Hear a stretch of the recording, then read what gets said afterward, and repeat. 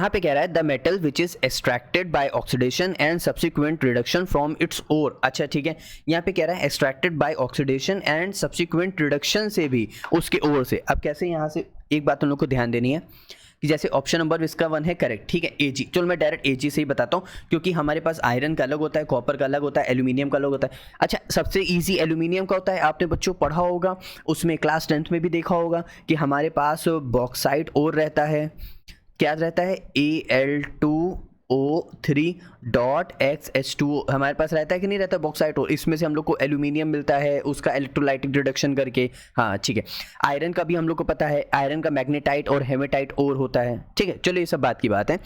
अब यहाँ पे बात करते हैं एक्सट्रैक्शन प्रोसेस ऑफ सिल्वर, वो कैसे होता है, जो कि इसका करेक्ट आंसर है।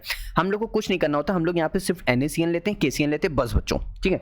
Ag NaCN, ठीक है, या फिर KCN O2 मतलब ऑक्सीजन और मॉइस्चर की प्रेजेंस में थोड़ा सा ही रहता है, ठीक। अब यहाँ पे क्या होता है, देखो AgCN हम लोग को सोडियम सिल्वर अर्जेंटोसाइनाइड, मतलब सोडियम अर्जेंटोसाइनाइड हम लोग ने पढ़ा है ना।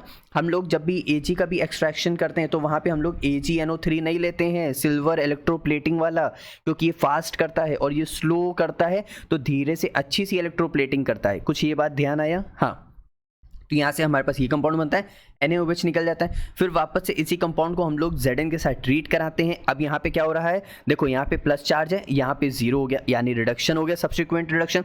यहाँ पे देखो 0 था, यहाँ पे +1 हो गया, ऑक्सीडेशन हो गया, तो दोनों ही शो कर रहा है।